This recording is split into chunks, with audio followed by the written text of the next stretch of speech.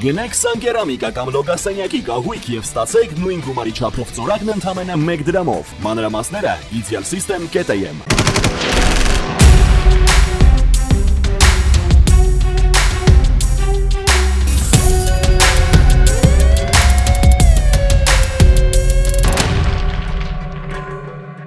Դատարանը բավարարել է քննիչի միջնորդությունը եւ 2 ամիս ժամկետով կալանավորվել Իմնեմնիմնի ոդքասթի վարողներ Ազգեն Սաղաթելյանին ու Նարեկ Սամսոնյանին։ Նրանք մեղադրվում են խուլիգանությունը, որը կատարվել է մի խումբ անձանց կողմից տեղեկատվական կամ հաղորդակցական տեխնոլոգիաներն օգտագործելով հատկանիշներով։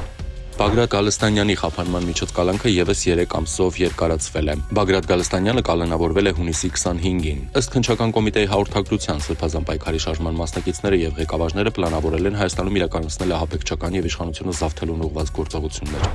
Միքայել Աջապահյանի պաշտպանների կողմից ներկայացվել է վերաքննիչ բողոք Առաջինատյանի դատարանի դատավոր Արմինե Մելիքսեթյանի հոկտեմբերի 10-ի դատավճռի դեմ։ Աջապահյանի պաշտպանները խնդրել են ամբողջությամբ բեկանել դատավճիռը, կայացնել նոր դատական ակտ, ճանաչել ու հռչակել Միքայել Աջապահյանի անմեղությունը։ Հակակոռուպցիոն կոմիտեն հիմնավորել է, որ Արարատի մարզի Արարատի համայնքապետարանի համապատասխան ստորաբաժանման պետի պաշտոնը զբաղեցրած անձը բազմաթիվ կաշառք տվողների օգտին գործողություններ կատարելու, այն է շինարարության անհրաժեշտ թույլտվությունների տրամադրման գործընթացը անխոչնդոտ կազմակերպելու համար 2023-24 թվականներին որպես կաշառք պահանջել ու նախագծման գործունեությամբ զբաղվող ընկերության տնօրենի օժանդակությամբ ստացել է տարբեր չափի գումարներ, յուրաքանչյուր դեպքում 100-ից 190 հազար դրամ։ Նրան եւ եւս 14 անձի մեղադրանք է առաջադրվել։ Նոյեմբերի 10-ին հաղորդում է ստացվել, որ Յունիբանկ կենտրոն մասնաճյուղի վարկային 2 մասնագետներ քննությամբ դեռևս չպարզված ժամանակահատվածում չկատարելով իրենց ծառայողական պարտականությունները, իրենց լիազորություններն օգտագործել են ի վնաս կազմակերպության շահերի։ Միկրոէքսպրես վարկային գործիքի շրջանակում 2 միլիոն դրամի չափով Յունիբանկ ընկերության կենտրոն մասնաճյուղ դիմաց ՄԻԿ-ին վարկավորման խնդրանքով վերջինիս բիզնես տարածքի փաստացի այցելության կատարել են լուսանկարահանում, ինչից հետո բիզնես տարածքի հետ առնչություն չունեցող լուսանկարները ներբեռնել են բանկի ծրագրային համակարգ, որի արդյունքում Յունիբանկ ընկերության կողմից վարկառուին տրամադրվել է 2 միլիոն դրամի չափով վարկ, իսկ վարկառուի կողմից պարտականությունները ոչ պատշաճ կատարելու արդյունքում բանկին պատճառվել է էական վնաս։ Նոյեմբերի 1-ին Երևանի բնակիչ 62-ամյա Վիտալին դիմել է ոստիկանություն եւ հայտնել, որ նույն օրը Տիգրան Մեծի պողոտա 13 հասցեում տեղի ունեցած ավտովթարի հետևանքով առաջացած վիճաբանության ժամանակ ծեծի են ենթարկել իրեն եւ իր կնոջը Երևանի բնակիչ 61-ամյա Ռուզանին։ Ձերբակալվել է Երևանի բնակիչ 28-ամյա Վլադիմիրը։ Նոյեմբերի 10-ին տեղեկություն է ստացվել, որ շողակատ բնակավայրի տներից մեկից շմոր գազի հավանական արտահոսքից բժշկական կենտրոն է տեղափոխվել ընտանիքի 4 անդամ, այդ թվում 7 տարեկան երեխա։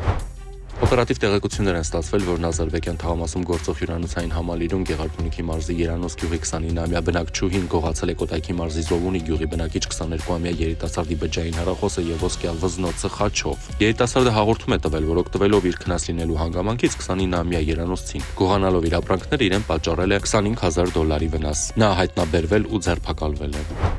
Նոյեմբերի 12-ին տեղեկություններ են ստացվել, որ 43-ամյա գյումրեցի Միկին եւ Նոր Խալբերդի բնակիչ 28-ամյա երիտասարդ վերջինիս վարած Ford մակնիշի մեքենայով այցելել են Վայոց ձորի մարզի Արենի եւ Հարարատի մարզի Սուրենավան գյուղերի տարածքում գտնվող առևտրի կետեր ու իրացրել կեղծ թղթադրամներ։ Նրանք ձերբակալվել են։ Երիտասարդը հայտնել է, որ թղթադրամները ձեռք են բերել օնլայն խանութից։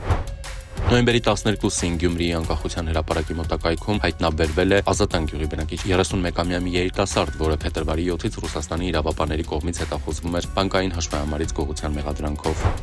Նոյեմբերի 12-ին Երևան-Մեղրի ավտոճանապարհին բախվել են Ford Transit եւ Mazda մակնիշի ավտոմեքենաները։ Ford Transit-ի ուղևոր Սյունիքի մարզի բնակիչ 22-ամյա Սերյանը տեղափոխվել է հիվանդանոց։